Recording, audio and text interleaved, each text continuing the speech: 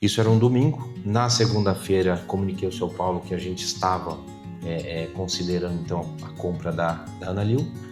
2 dias depois foi quando aconteceu o nascimento da primeira filha dela na ocasião de nossa criação, a Dayana Faruoper, que é quem foi que deu toda a história nossa futura depois. Foi a semente inicial.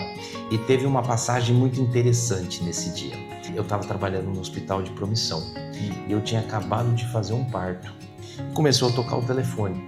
E quem na época também trabalhava junto com o seu Paulo, que era o filho dele, o Paulo, filho, ele me ligou. E eu nunca vou esquecer que ele me ligou e falou: André, a Analil criou. Aí ele falou para mim assim: o que você queria? Aí eu falei: eu queria uma fêmea. Ele falou: tá bom, é uma fêmea. Aí ele virou e falou assim: que cor que você queria? Eu falei: eu queria palomina. Ele falou: é palomina. Aí foi assim, uma alegria tremenda. Aí eu liguei pro Tom, falei: Tom, nasceu a nossa primeira potra, tudo.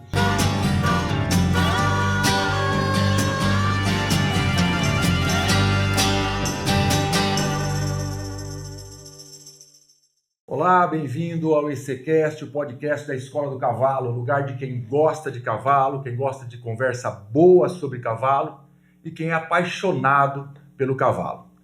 O cachorro é o melhor amigo do homem, mas o cavalo é o melhor amigo da família.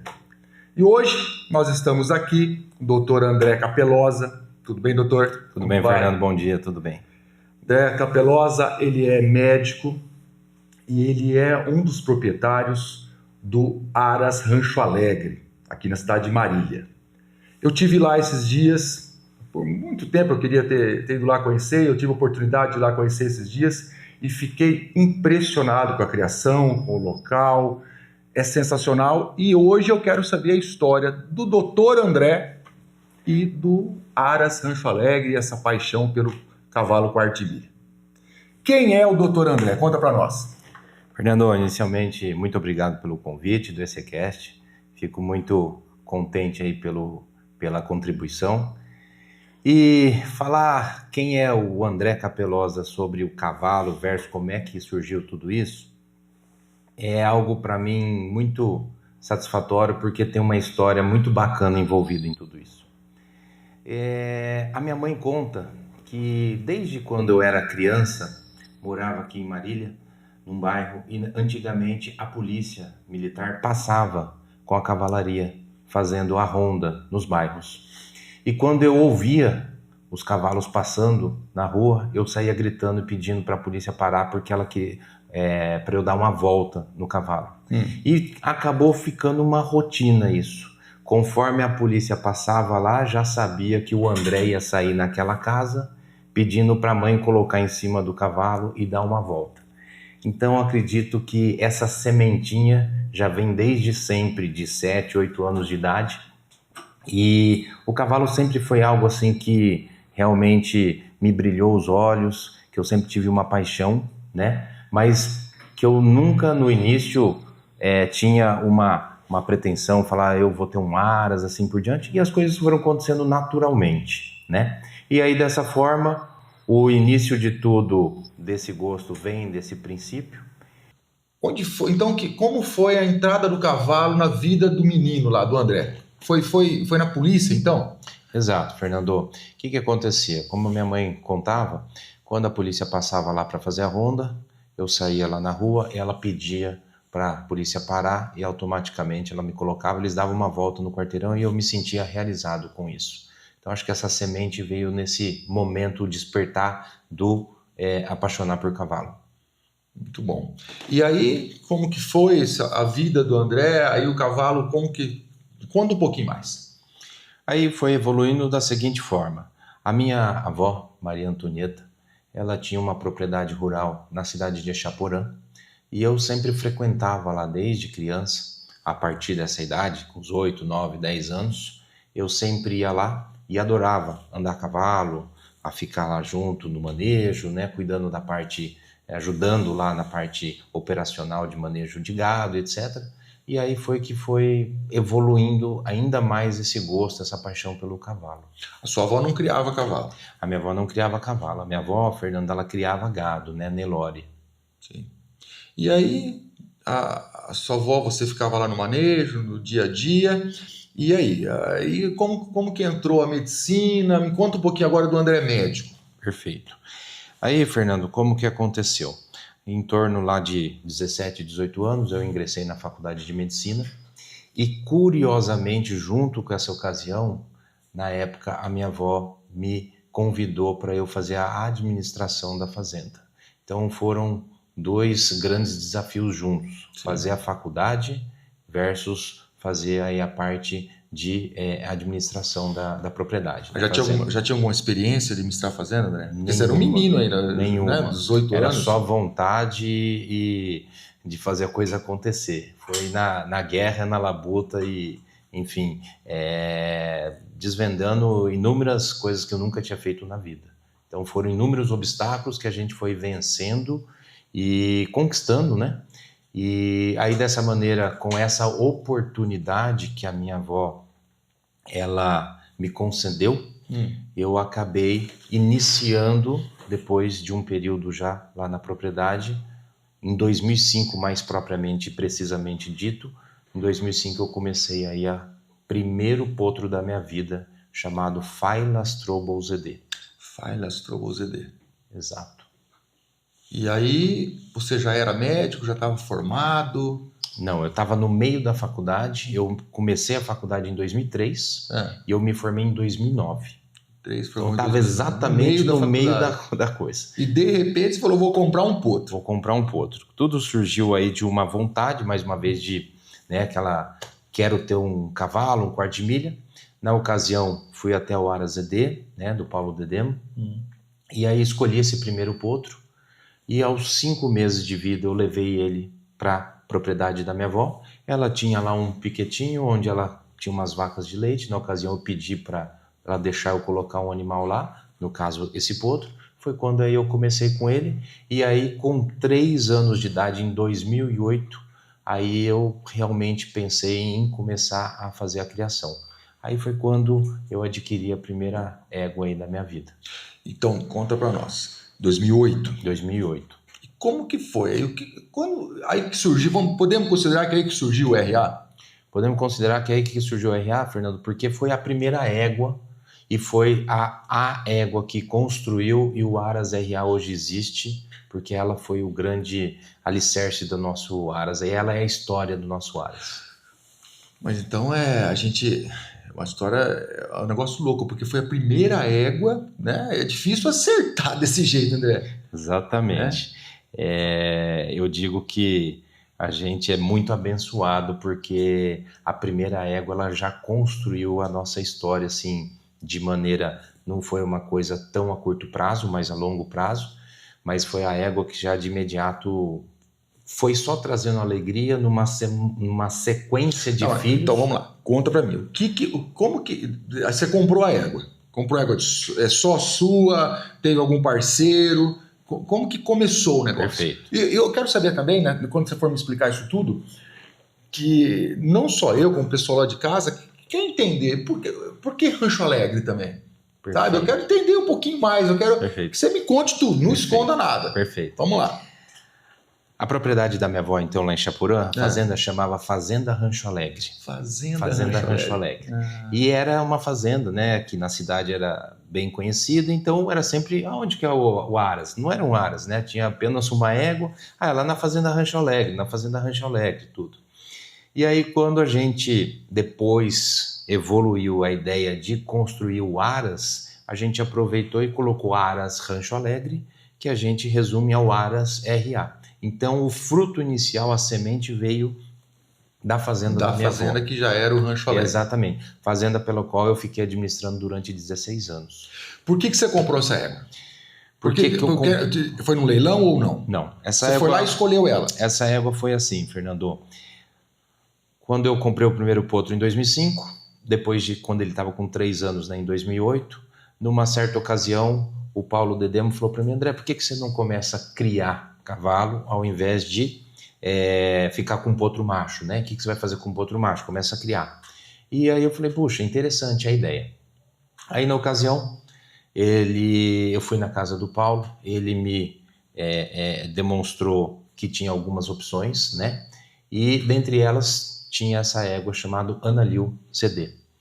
E aí eu escolhi, falei, puxa, essa aqui é a égua que me agrada, eu quero realmente fazer esse início. E na ocasião eu fui ver para viabilizar essa sequência. Eu era só um estudante, como você comentei aí, né? Estava em 2008, não era ainda formado, tudo. E aí que entrou a história do meu sócio até então. Entendeu? Então, conta para nós. Quem é o seu sócio? Como que ele entrou nessa brincadeira aí do cavalo? Ele já é do cavalo? Era do cavalo? Não. Aí, então, dentro do contexto de administrar a propriedade da minha avó, a gente tinha uma criação de Nelore, onde nós fazíamos as vendas dos bezerros, das bezerras, desmamas, assim por diante. E, nesse contexto, conheci o Tom, né? Que na ocasião ele morava em São Paulo e ele comprava os bezerros lá na propriedade, e logo na primeira vez que a gente se conheceu já fez uma empatia muito boa, uma energia, uma sinergia muito interessante entre nós. E na ocasião ele não era do cavalo, ele era apenas da parte de gado, de boi. E eu, então, voltando, queria comprar a égua Analiu, só que eu não tinha condições para isso. E aí, vendo esse desejo, esse sonho, eu falei, puxa, eu vou buscar um amigo que eu vejo que pode ser o meu amigo, meu parceiro, meu sócio, para me acompanhar nessa trajetória.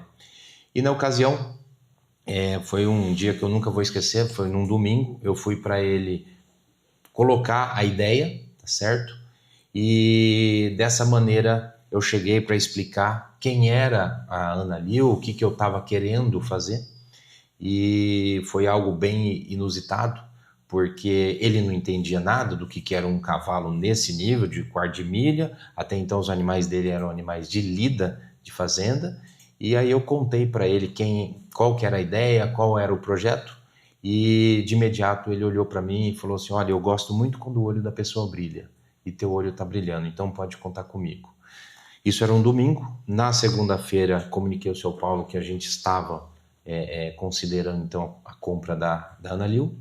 2 dias depois foi quando aconteceu o nascimento da primeira filha dela na ocasião de nossa criação, a Diana Farwater, que é quem foi que deu toda a história nossa futura depois. Foi a semente inicial.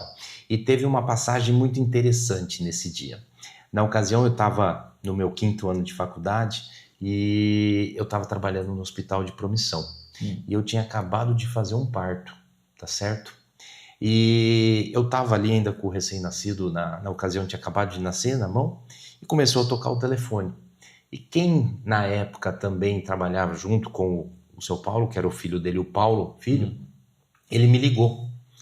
E eu nunca vou esquecer que ele me ligou e falou, André, a Analiu criou, porque a gente sabia que ela já estava prenha, prestes a criar. Já comprou ela prenha? Já comprei ela prenha, mas foi num domingo, isso foi numa quarta-feira, foi absolutamente 3 dias depois.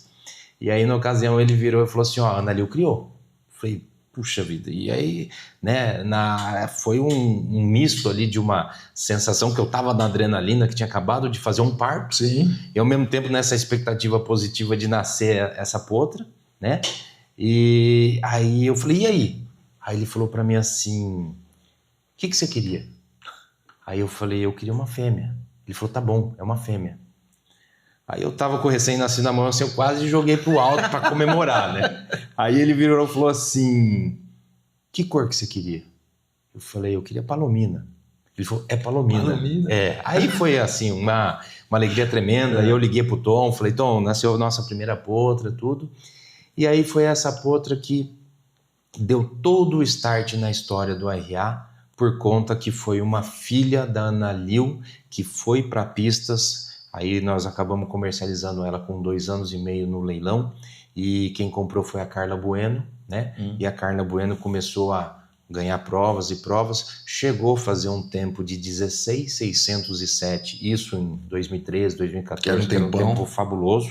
Na época estava entre os 4 melhores tempos do mundo, e aí acabou que foi algo assim que nos motivou muito, que foi cada vez mais assim, perpetuando essa nossa história aí de criar cavalo com paixão, com alegria e carinho.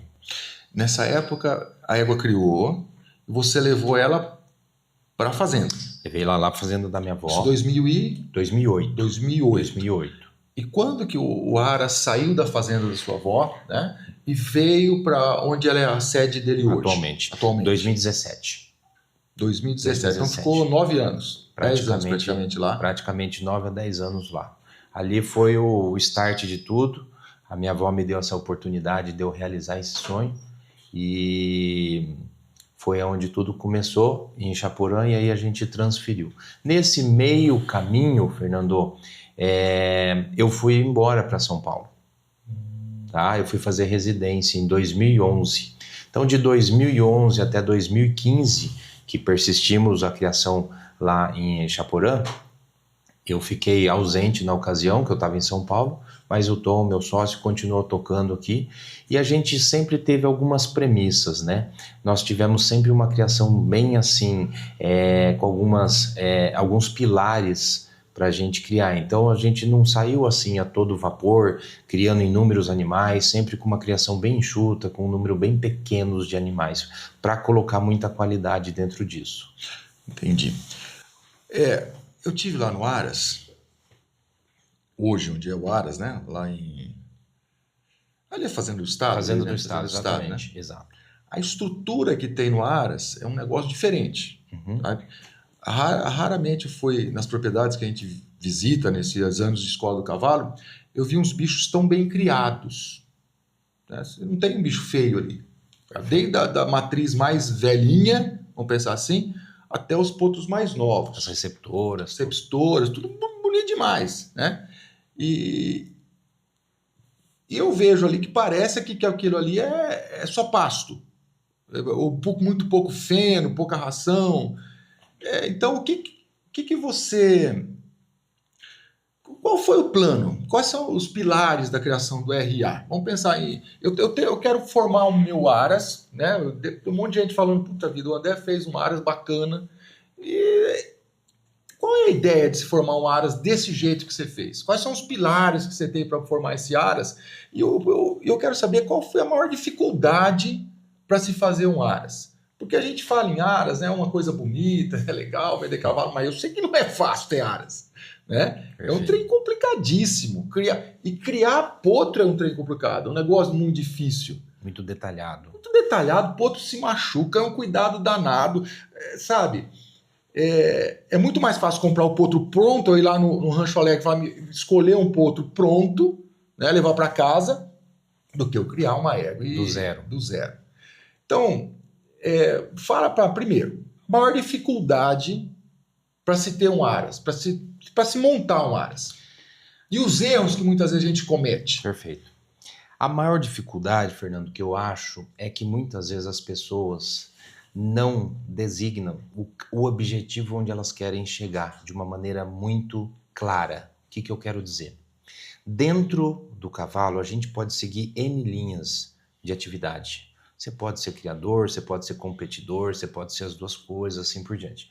Então, desde o início, acho que vindo inclusive essa vocação de gostar de criar, que veio da história da propriedade da minha avó, no início nós sentamos e decidimos, nós vamos ser somente criador. Isso desde lá de trás? Desde a largada. Por quê? Fazer as duas coisas, ser criador e competidor, eu vejo muitas pessoas até nos dias atuais se perdendo. Então muitas vezes a pessoa chega lá em casa e fala assim, olha, eu quero começar a criar tudo. Eu falei, peraí, você quer começar a criar? Aonde você quer chegar? Você quer criar para quê? Qual a sua finalidade? Para atender um público, para ir para a pista, para sua vontade própria? Qual é o objetivo final? Porque aí você sai de uma premissa sabendo para onde você vai focar e chegar. Então, essa situação, nesse contexto inicial que nós fizemos, a escolha em ser somente criador, eu acredito que foi algo assim muito importante para a gente chegar onde nós estamos hoje. Porque é de muita rotina, as pessoas vão lá visitar, conhecer a nossa tropa, e muitas vezes nos questionam, e nesse caminho até hoje, muitas vezes as pessoas falam, André, mas por que vocês não colocam essa potra que é tão maravilhosa, ou esse potro que é tão maravilhoso, por que vocês não põem na pista? Porque nós não fazemos a parte de pista. A parte de criação é nossa, essa é a nossa missão. A parte de treinamento, aí é a parte de quem realmente vai fazer essa segunda etapa. E dentro desse conceito, nós fomos muito agraciados aí por ter bons amigos que, graças a Deus, a maioria acabou adquirindo nossos animais, levaram para a pista, tiveram sucesso e construíram hoje os números que nós temos da produção RA nas pistas. Então, fala em números. Explica primeiro para quem está em casa o que são esses números. Os números hoje são assim, Fernando. Nós temos uma criação que a gente faz, uma criação num volume pequeno, né? Em torno de 5 a 8, máximo 10 produtos ao ano, colocando numa média desde quando nós começamos. E dessa maneira, nossos números hoje, a gente considera que são números bem positivos do ponto de vista de assertividade, no sentido de ganhos, os animais que vão para a pista. E hoje a gente tem aproximadamente a nossa produção em torno de 1.700 pontos, tá? Pela BQM, 670 mil em prêmios também de nossa produção pela BQM, e temos atualmente 14 animais correndo na casa dos 16 com a marca do RA. Tá, então me fala uma coisa. Primeiro, vou dar uma paradinha, só fazer um questionamento para você. Por que quarto de milha, André? Meu, tem um monte de raça. Por que você escolheu o quarto de milha? Quando você começou a criar lá em 2005, você veio para comprar o primeiro potro. Por que você escolheu o quarto de milha? Exatamente, é uma pergunta interessante, até pelo seguinte, como eu falei, com 7 anos eu ia dar volta em manga larga, porque o cavalo da polícia é manga larga, então, né? Por que o quarto de milha? O quarto de milha sempre me agradou a morfologia, a musculatura, a parte do contexto dele, né, de lida no gado, e acho que como eu gostava, né, na parte de manejo lá no gado, que era onde a minha avó me deu essa oportunidade de fazer o manejo da criação, o quarto de milha era o animal na ocasião mais adequado. E acho que veio por conta desse contexto. E obviamente que aí depois eu tive a oportunidade, que estava aqui muito próximo de casa, o Aras ED, que foi onde eu conheci ali, dei sequência, onde o seu Paulo, que me ajudou muito no início ali, quando começou com o primeiro potro dele e depois a primeira égua. Aquele menino que andava a cavalo lá na fazenda da avó, mexia lá com os bichos dele lá, né? Com as vacas. Com as vacas. Sonhava em ter um Aras? Será que lá atrás ele pensou, puxa vida, um dia eu vou ter esse Aras? Sonhava, mas não acreditava que iria chegar aonde chegou. Então, hoje, esse Aras, que é um Aras consolidado, o Rancho Alegre, a gente pode falar que é um dos melhores Aras do Brasil. É a realização de um sonho do menininho? É a realização de um sonho do menininho que começou lá desde novinho. E onde você pensava, quando você montou o Aras, você achou que os seus bichos, seus animais iam para as pistas e iam... Porque foi rápido o negócio, pelo que você está contando para nós. Você já imaginou que quando você escolheu a Ana Lil, falou, puta, essa aqui, daqui 2 anos eu vou ter um filho dela dando marca? Ou sendo um bom cavalo, dando show nas pistas? Então, Fernando, o cavalo, ele é algo que realmente, assim, motiva muito a gente, porque a gente vive em cima de expectativa, né? Vai dar certo, vai acontecer, vai quebrar recorde, vai ganhar.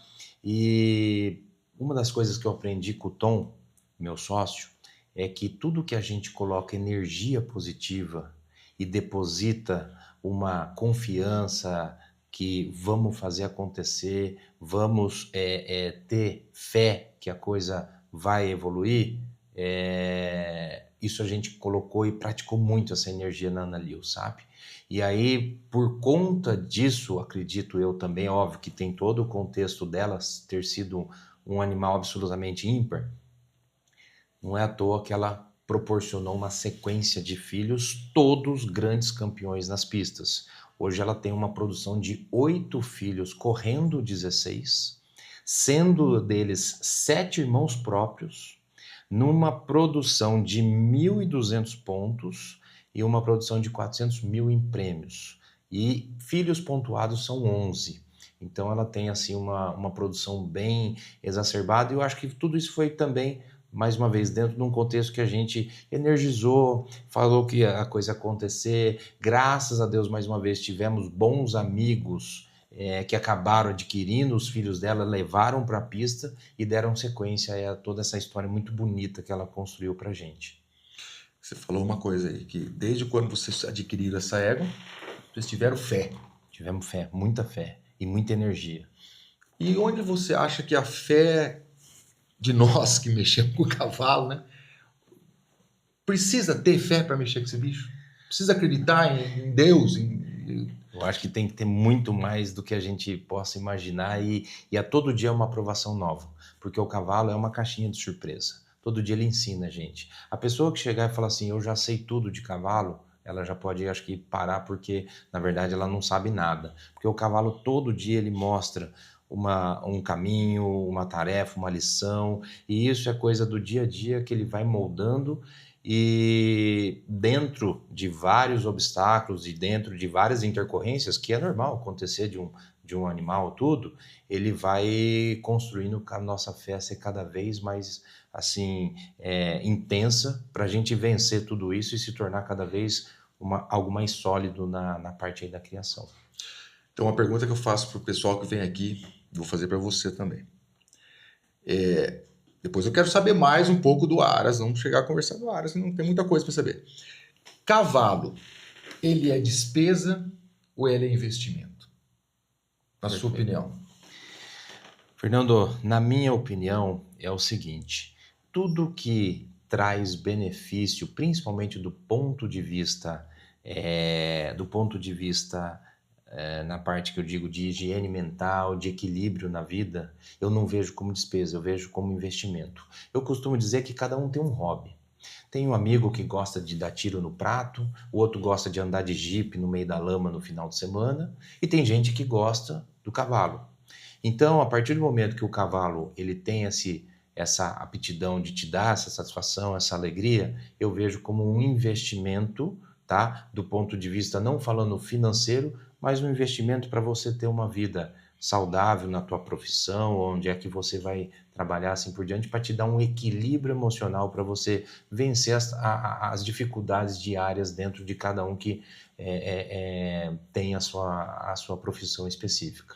E cavalo e família? Porque a raça quarto de milha, né? A gente bate muito que o quarto de milha é o cavalo da família. E você acha que isso realmente é? Isso realmente é, e inclusive assim, Fernando, hoje eu tenho inúmeros amigos, famílias, em todos assim, em vários lugares do Brasil, onde se torna uma grande família, a ponto que, conhecendo amigos no cavalo, citando exemplos, fui padrinho de casamento de um, fui padrinho de batizado do outro, e é até interessante, quando a gente vai sair eventualmente de férias, muitas vezes a gente acaba indo na casa desses amigos do cavalo para passar com ele aí um final de semana, umas férias. Então sim, o cavalo acaba sendo uma grande família e algo que é muito satisfatório de conviver.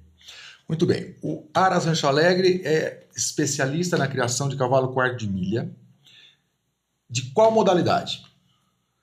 A modalidade de velocidade, colocando especificamente tambor e baliza. Por que você escolheu tambor e baliza?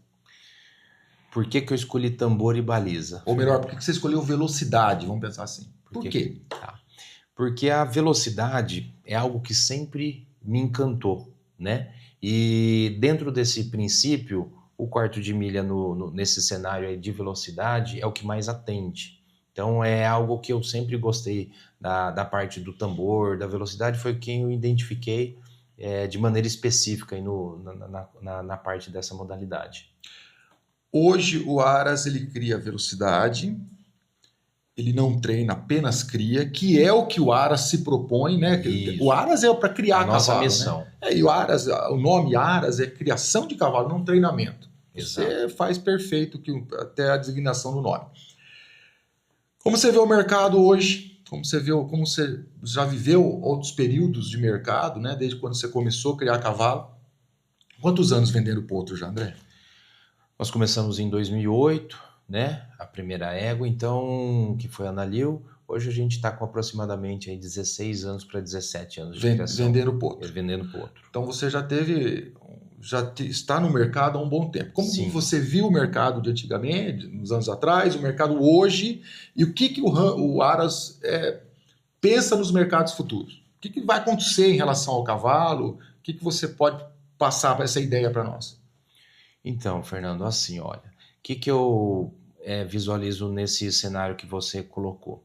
A gente vinha de uma produção bem pequena. No início a gente fazia 2, 3 produtos ao ano. Conforme a gente foi caminhando e construindo o nosso nicho de trabalho, no caso fazendo uma criação bem pequena, bem específica, nós fomos ganhando, obviamente, uma credibilidade e o mercado começou a cobrar da gente para nós produzirmos mais animais porque eles estavam querendo. Então, para isso, nós aumentamos esse volume de produção de animais de criação. Hoje a gente faz uma produção em torno de 10 produtos ao ano. E essa necessidade foi que o mercado foi pedindo para a gente, tá certo? Então eu vejo que para nós chegarmos, isso também não foi assim uma coisa muito simples. Por quê? No cavalo, todo mundo quer uma coisa muito imediata. Já quer o animal pronto, já quer o animal montado, já quer muitas vezes o animal absolutamente pronto para ir na pista. Para ontem, né? Para ontem.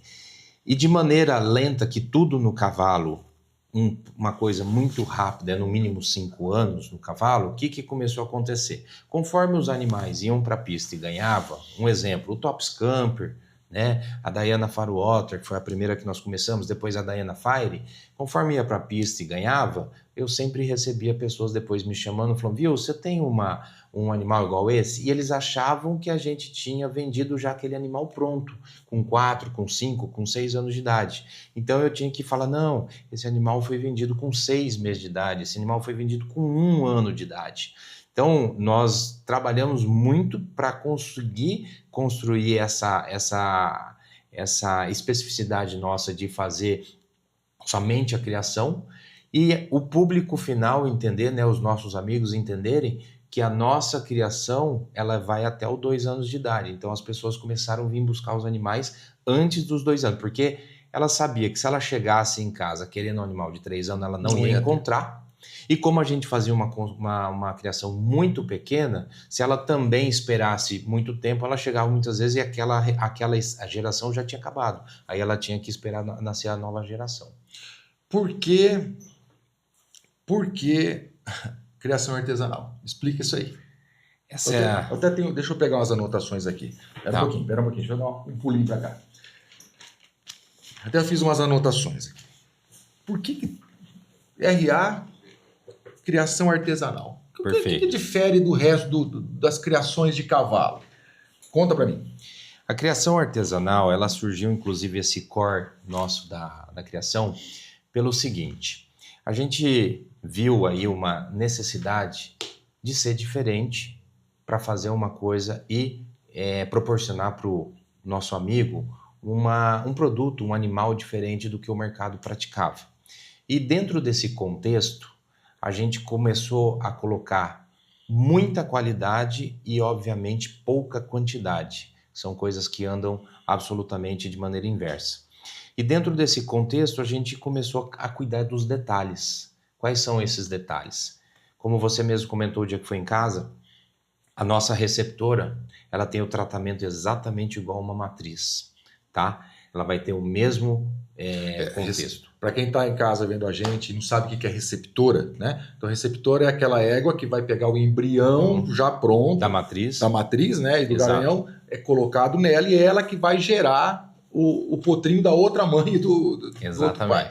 Né? Então, a gente começou a cuidar de vários detalhes, dentre eles, fazer um protocolo de vacinação, protocolo na parte de sanidade, e aí nós fomos juntando uma série de pilares para a gente chegar à criação artesanal, onde a nossa missão, como eu sempre digo quando os amigos vão em casa, a minha meta é: você passou a porteira ali da minha casa, eu preciso de te atender, eu quero ver se eu tenho esse produto, o que você está desejando, porque eu quero te oferecer uma Ferrari para você ir para a pista, superar sua expectativa, ter todo o sucesso do mundo e a gente comemorar junto. Nunca pensou em ter garanhão? Não tem garanhão?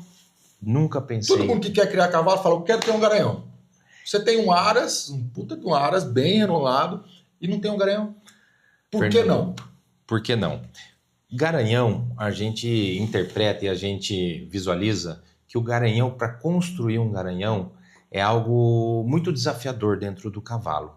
E para isso tem que ser com grandes criatórios, onde fazem volume muito grande de produção, 100, 200 animais por ano, assim por diante. Por quê? Você precisa de fazer um volume grande, uma amostragem grande para o cavalo se consolidar como garanhão. E aí dentro do nosso princípio, como acabei de falar, que a gente cria pouco, mas com muita qualidade, acaba divergindo essa ideia de colocar quantidade de volume. Então a gente realmente, até hoje ainda não surgiu essa opção para a gente e não passou na nossa cabeça de fazer um garanhão. E quem é que, dos 100%, quem é que, vamos pensar assim, que vale mais? É o garanhão ou é a matriz? Com certeza é a matriz. É a mãe, né? É a mãe que... Como diz a frase... O garanhão tem que ser bom, mas a mãe tem que ser ótima. E aí, falando inclusive nesse cenário, né, a dificuldade de fazer um garanhão, fazer uma matriz é ainda muito mais difícil. Porque o garanhão nós estamos falando que você pode fazer 50, 100, 200 filhos por ano. A matriz, ela tem as limitações dela da reprodução. Então, geralmente, se faz 1, 2 produtos, a depender da matriz, principalmente se ela tem um histórico, se ela foi uma grande competidora, enfim, tem todo um know-how, você pode fazer mais produto. Caso contrário, é 1. E aí você faz um produto para esperar ele nascer, para depois esperar o tempo dele de domo, para depois esperar ele para a pista, e para tudo isso concluir, é uma caminhada bem desafiadora e longeva da coisa, né? E complexa. Complexa. Então, você não tem garanhão. Como você escolhe os garanhões? Os garanhões a gente escolhe de uma maneira assim, que a gente é bem crítico, avaliando os melhores acasalamentos, de acordo com o que vem as tendências, as estatísticas a nível mundo. Então, geralmente a gente acasala os garanhões de acordo com o nosso banco de matrizes, olhando qual é o melhor cross-magic, né? O que é cross-magic? O cross-magic. Vamos lá. Pelo amor de Deus, explica pra mim. O que é esse tal de cross-magic? O cross-magic, ele é quando você cruza um garanhão em uma determinada mãe. Um exemplo, você põe o Desta Fame numa mãe designer head. Isso já foi provado a nível mundo, que é um acasalamento cientificamente provado, que tem resultado na pista. E é uma estatística assim, que é altíssimo o aproveitamento desse acasalamento. A chance de dar certo já é muito grande. Exatamente. Entendi. E também não é assim, colocar um garanhão desta fêmea numa mãe designer head ou numa mãe Fischer Dash, que são crossmédicos provados, que é certeza que já vai ter esse animal pronto para ser um grande ganhador. Aí vão vir todos os outros contextos, a morfologia dele, a índole, o padrão de criação que a gente vai colocar, né, que é uma fase muito importante. A gente trabalha numa evolução que eu julgo que é a fase fundamental de um grande atleta no futuro. E aí por isso que a gente traz a criação artesanal, o imprint e o manejo humanizado. O que é o imprint? O imprint, Fernando, é algo que a gente pratica dentro das nossas premissas, dos nossos pilares, que é o seguinte: um potro nasceu hoje. A partir do momento que ele nasceu, nós já vamos fazer o imprint nele. O que é o imprint? Nós vamos demonstrar para ele que nós, ser humano, não somos um predador dele. Então ele já cria uma sintonia de harmonia, de amizade com o ser humano. E isso a gente perpetua até a hora dele ir embora de casa com 2 anos de idade. Então lá em casa, hoje o trabalho que a nossa equipe faz, a gente com 2, 3 meses, nossos animais às vezes estão andando já sem cabresto, embaixo do braço, como se fosse um verdadeiro pet, tá certo? E esse imprint, ele vem de encontro com o manejo humanizado, que a gente sabe e acredita que isso vai ajudar muito na hora da doma. Por quê? você vai ter um animal já familiarizado com o ser humano, de uma maneira muito mais tranquila, ele vai entender muito melhor a maneira na hora de você domar os seus sinais, e isso facilita muito na hora de fazer a doma e, consequentemente, depois de ser um grande atleta para a pista. Os acasalamentos que vocês bolaram lá, o Tom também faz parte dessa ideia de que vai acasalar com quem, ou é mais o doutor? Geralmente... Porque lá atrás já falou que o Tom, ele gosta, mas não estava muito por dentro dos acasalamentos. Quem que define? Não, mas hoje ele aprendeu. E ele gosta e ele pega as coisas muito rápidas, sabe?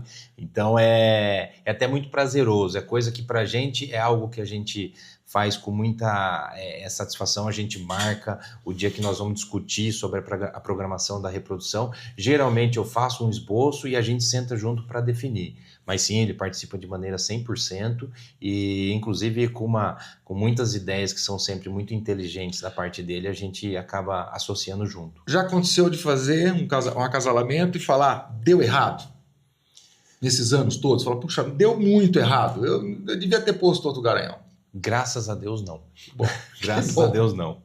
E como que o mercado e como que a tecnologia, como a medicina veterinária hoje está em relação a melhorar essa parte das inseminações? Tem alguma coisa para isso, para que se produza mais? Fernando, essa é uma excelente pergunta. Por quê? Um dos grandes desafios nossos, né, sempre criar, e a gente sempre busca criar um atleta para ele ir para a pista, e como eu disse, é toda uma expectativa, desde onde a gente faz o produto, até ele nascer, ele ir para a pista, assim por diante. E muitas vezes é um projeto único, que a gente tinha por exemplo, usava uma égua, fazia uma transferência de embrião, ou até mesmo somente uma prenhez, né? E fazia somente produto por ano, para esperar 4 anos, né? O período dele ir para a pista e concretizar todo esse sonho que você idealizou lá atrás.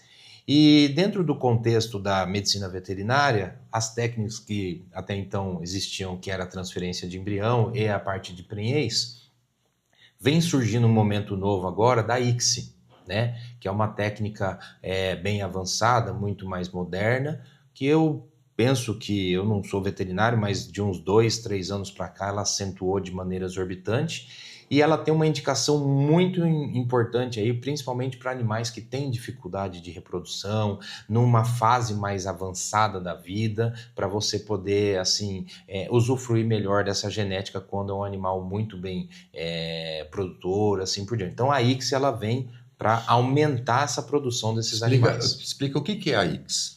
A ICSI, ela é uma técnica que o veterinário ele vai fazer uma retirada dos oócitos através do ovário, ele vai fazer uma punção lá dentro, né?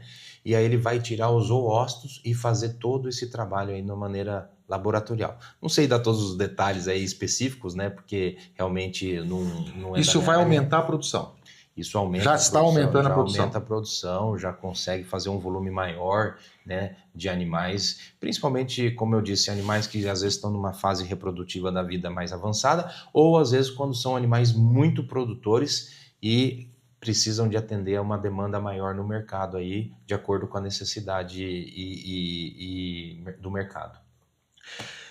Quando o senhor fala voltando um pouquinho lá na ideia da criação artesanal, dos pilares da criação artesanal, hoje o mundo, né?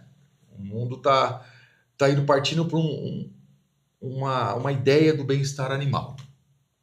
E eu acho que essa criação artesanal e os pilares que vocês colocam no ar tem tudo a ver com essa ideia de bem-estar animal, né? Perfeito. Foi pensando nisso que o Aras, de repente, pensou nesses pilares e nessa ideia toda Perfeito. De criação? Com certeza, Fernando, pelo seguinte, quando a gente fala da criação artesanal, a gente prioriza, então, uma nutrição de maneira muito racional. O que é uma nutrição racional? A gente entende a necessidade de cada indivíduo e, para isso, ele também tem que comer, fazer essa nutrição de maneira muito individual. Então, o nosso tratamento é individual. A partir do momento que você coloca, um exemplo, 50 potros, 60 potros num lote, você não vai muitas vezes ter um piquete para cada um comedor para cada um, para poder fazer isso, que fica inviável. Então, a gente sabe que muitas vezes um come mais rápido do que o outro, e obviamente aquele que come mais rápido, depois ele vai comer aquele que estava comendo mais lento, então aquele que come mais lento acabou ficando para trás, ficou mais fraco, assim por diante. Dessa forma, criando com uma qualidade, com uma quantidade menor de animais, a gente consegue dar esse atendimento para cada indivíduo de acordo com a sua necessidade e fazendo, inclusive, uma nutrição de acordo com a evolução dele, onde a gente faz um acompanhamento da evolução dele de peso e altura mensal, né, junto com a nossa doutora, e aí a gente vai avaliando a quantidade de volume de ração, de produto que cada animal vai receber para esse contexto. Quem atende lá é a doutora Fernanda. Doutora Fernanda. Fernanda. É muito boa. Uma profissional muito especial. Ela faz um trabalho fantástico, ela está com a gente aproximadamente aí há 2 a 3 anos. Não, é muito legal.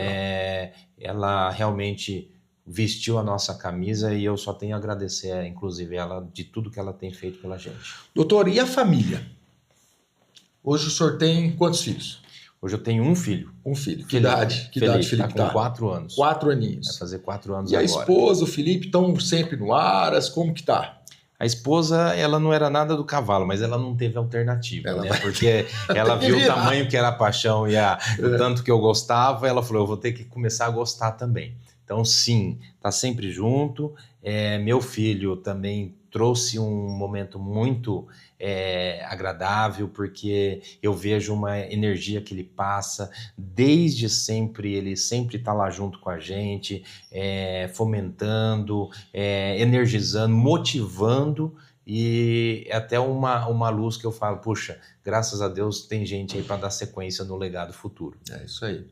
E falando em legado, você falou uma coisa, qual o legado que o doutor quer deixar para o Felipe e para todo mundo que é do cavalo? Porque acaba deixando, né, um legado para todo mundo que é do cavalo. Qual é esse legado que o Rancho Alegre e o doutor André quer deixar para a gente? Olha, um legado de bom senso acima de tudo, trabalhar com muita honestidade, com humildade. Eu nunca hesitei de, no momento de dúvida, alguma coisa, ligar para um amigo, eu não sei o que fazer aqui, o que eu faço, como é que eu faço, pedir ajuda. E então eu costumo dizer que lá dentro do Aras a gente trabalha de uma maneira muito saudável, porque a gente trabalha de uma maneira assim, tranquila, com bom senso acima de tudo, buscando sempre o que é melhor para os animais, independente do que vai acontecer, mas sempre buscando o bem-estar deles, proporcionando uma qualidade de vida para eles bem assim interessante, que é algo que reflete depois na pista e, de uma maneira geral, na alegria dos amigos, passando para gente que ganharam prova, que dentro desse contexto, uma das coisas mais prazerosas que eu tenho é quando geralmente as provas são no final de semana e aí eu recebo ligação dos amigos, vim correr aqui com tal animal, né, que era da nossa criação e acabaram tendo, e a gente ganhou tal prova, e aí compartilha essa alegria, e isso não tem preço no cavalo, porque acaba sendo o reconhecimento final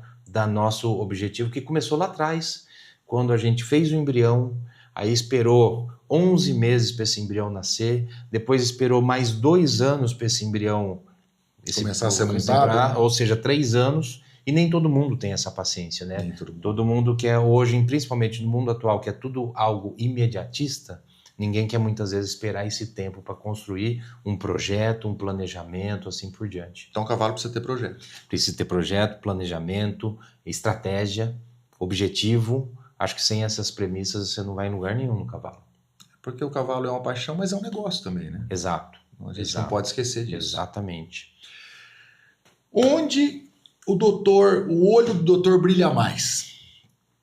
Pro cavalo ou pra medicina? Essa é uma pergunta muito corriqueira e que todo mundo me fala, me pergunta, e muita gente fala, mas o que tem a ver a medicina junto do cavalo? Eu acho que os dois se completam, tá?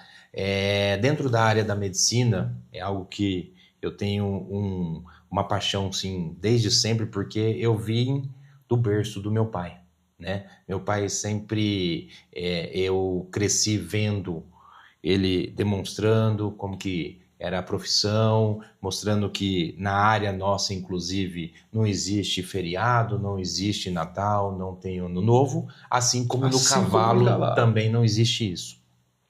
Então, dessa maneira, a medicina foi algo que sempre me brilhou os olhos, tanto é que eu não tive dúvida quando fui fazer vestibular. E o cavalo veio naquele princípio que a gente começou no início. E hoje, por que os dois se completam? Porque dentro da área que a gente pratica, que é a parte de cirurgia, é algo que consome muito a nossa parte emocional, é um desgaste emocional muito grande. E o cavalo, quando eu vou lá para o Aras, é algo que me renova energia, é algo que me dá prazer, é algo que eu fico extremamente assim, satisfeito para fazer um equilíbrio e me manter numa energia positiva para cuidar dos pacientes, para operar e assim por diante. Muito bom. Qual a maior alegria como médico? A maior alegria como médico é quando a gente, obviamente, salva uma vida, né? Independente do dia, da hora, e salva a vida e vê depois a família feliz, né? Trazendo toda a gratificação. Isso aí é coisa que não tem preço. Qual a maior alegria como criador de cavalo? A maior alegria como criador de cavalo é ver os nossos amigos contentes a partir do momento que eles vestem a camisa do RA e acabam tendo alegria também e compartilham com a gente. Isso para mim é êxtase de tudo. Inclusive um ponto para justificar isso, outro dia fazendo uma reflexão, hoje eu tenho lá meus animais, mas para eu mesmo montar, eu não tenho nenhum. Porque quando eu vou lá, eu estou preocupado de cuidar dos detalhes para melhorar minha criação e, obviamente, atender meus amigos que querem ir para a pista. Qual a maior dificuldade como médico? Ou, não vou falar tristeza, né? Mas qual a maior dificuldade como médico? Dificuldade como médico? Talvez a jornada excessiva de trabalho, a carga grande que muitas vezes a gente pratica, né? Não tem hora, tudo, mas para mim é uma rotina que já virou algo que tranquilo, saudável, sem problema nenhum. E a maior dificuldade como criador de cavalo? A maior dificuldade como criador de cavalo é quando a gente tem as intercorrências que acontecem, né, de maneira súbita, inédita, e aí acaba tendo um animal que eventualmente machuca ou precisa de um atendimento específico no hospital, e isso para mim é algo que realmente me emotiva muito. De todos esses anos, qual foi a maior dificuldade que o senhor teve? A maior tristeza criando cavalo? Eu acho que eu sei qual foi. A maior tristeza foi uma égua que a gente perdeu, né? Infelizmente por uma intercorrência do fenômeno da natureza, mas algo absolutamente superado nos dias atuais, e ela só trouxe alegria e continua dando alegria hoje com as filhas dela que ela deixou pra gente. Muito bom. Para a gente encerrar agora, doutor, se o senhor pudesse dar um recado para quem está em casa, quem é fã do RA, quem gosta do Dr. André, assim, que curte a criação, se o senhor pudesse dar um recado para quem quer começar a criar cavalo, o que o senhor falaria para eles, para essas pessoas? Olha, para quem quer começar a criar cavalo, mais uma vez, pensar no objetivo, aonde vai querer chegar, pensar como você vai criar esses animais e depois, obviamente, colocar toda uma estrutura para isso acontecer. Porque se não planejar, se você não projetar, certamente a frustração vai acontecer e vai ter um tempo muito curto no cavalo. Muito bem. Então tá bom, vamos ficando por aqui. Agradecer o doutor, a disponibilidade de estar aqui. A agenda é cheia, né? Não tem. Eu agradeço pelo convite aí. Foi um prazer recebê-lo aqui. Você que está em casa, que gostou do nosso bate-papo aqui, é desse jeito, tá? Batendo papo, na beira da cerca, né? Porque a gente brinca aqui. Compartilha esse vídeo com seus amigos, dá um like, curte, para que isso aqui cresça, que a gente traga gente boa, gente bacana, igual o Dr. André aqui, para contribuir com a gente, contribuir com quem gosta do cavalo. Fernando, muito obrigado pelo convite. Fiquei muito feliz aí pela satisfação em poder contribuir pelo ECCast, né? E as considerações finais inicialmente, agradecer a Deus que está sempre abençoando a gente e cuidando lá da nossa criação. Eu queria agradecer toda a minha equipe também lá do Aras, que sem eles nada disso aconteceria. O Adilson, o Gabriel, a Clarice, que estão todo dia lá na pegada, né, como diz aí, com muita responsabilidade, com muita dedicação, com muito carinho. A toda a nossa equipe também na parte de reprodução, que no caso o Dr. Cláudio Raga, que nos atende, a doutora Fernanda, que hoje é a nossa veterinária principal, que cuida de todos os detalhes também da nossa criação. Não vou enumerar tudo, que é muita gente, de repente se eu faltar com alguém vou ficar até chateado. E agradecer bastante também aos nossos amigos, os nossos clientes, que sem eles também o Aras não existiria. São os amigos que todo final de semana estão com a gente lá no Aras, motivando a gente, energizando, a gente confraternizando. Eu acho que o cavalo merece tudo isso. Se não tiver uma alegria, se não tiver uma satisfação, não faz sentido nenhum a gente criar o cavalo.